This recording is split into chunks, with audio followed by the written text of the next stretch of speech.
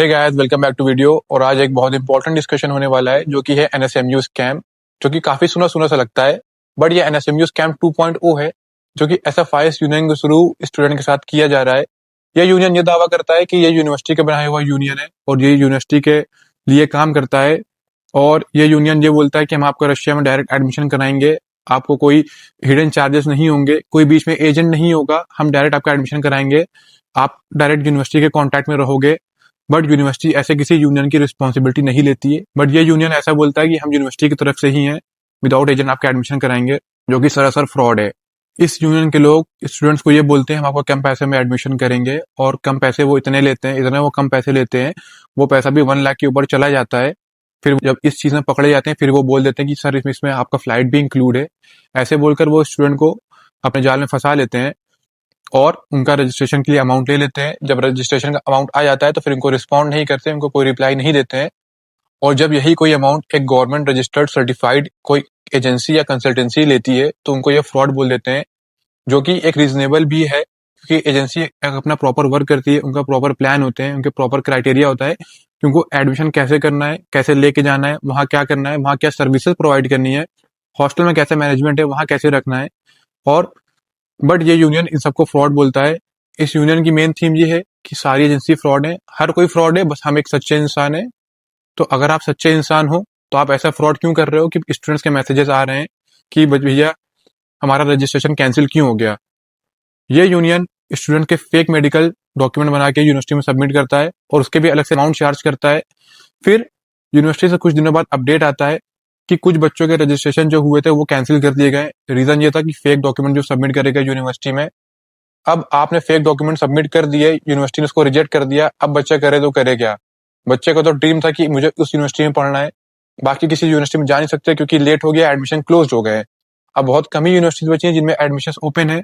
But जो dream university थी किसी भी स्टूडेंट की, उसका अब क्या होगा। एक ऐसा यूनियन है जिनके पास ना तो खुद को ऑफिस है इंडिया में ना ही रशिया में, वो दावा करता है कि हम आपको सारा प्रोसेस करके देंगे, जो कि सिर्फ कॉल पे या मैसेजेस पे बात करता है। इन्होंने बच्चों से पैसा लिया है और पैसा लेने के बाद अब बच्चों को रिप्लाई नहीं दे रहे हैं।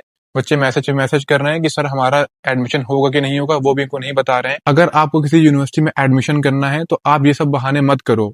कहानी स्टार्ट हुई थी यूनियन के मेंबर के साथ, जो कि ये प्रेटेंड करते हैं कि इनके साथ फ्रॉड हुआ था और सिंपैथी ये गेन करते हैं कि ये दिखा के कि हाँ मेरे साथ एक स्कैम हुआ था, आप इस स्कैम में न फंस जाओ तो हम बैठे हैं आपकी हेल्प करने के लिए।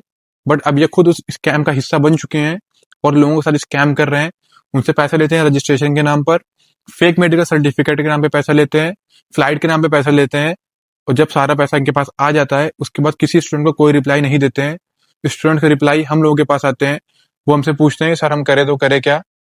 मेरी एडवाइस यही है, जो भी बच्चे बाहर पढ़ने जाते हैं वो प्रॉपर रिसर्च करके जाएं, अपने आसपास किसी लोकल ऑफिस में या कंसल्टेंसी में जाएं, वहां विजिट करें, अपने पेरेंट्स के साथ जाएं, वहां बात करें, अपनी डिमांड बताएं आपको किस यूनिवर्सिटी में जाना है, उनसे बात करें, उस यूनिवर्सिटी का क्राइटेरिया समझें, वो कैसी यूनिवर्सिटी है, क्या लोकेशन है उसकी, वहां कौन कौन क्या कैसे वर्क कर रहा है। किसी भी ऐसे इंसान के थ्रू मत जाएं जिसके पास ना तो कोई अपना ऑफिस हो और ना ही अपना कोई सेटअप हो, और वो आपको एडमिशन करके दे रहा है, आप कम पैसों की लालच में जाते हो और आप फंस जाते हो, आपके पूरे के पूरे पैसे फंस जाते हैं।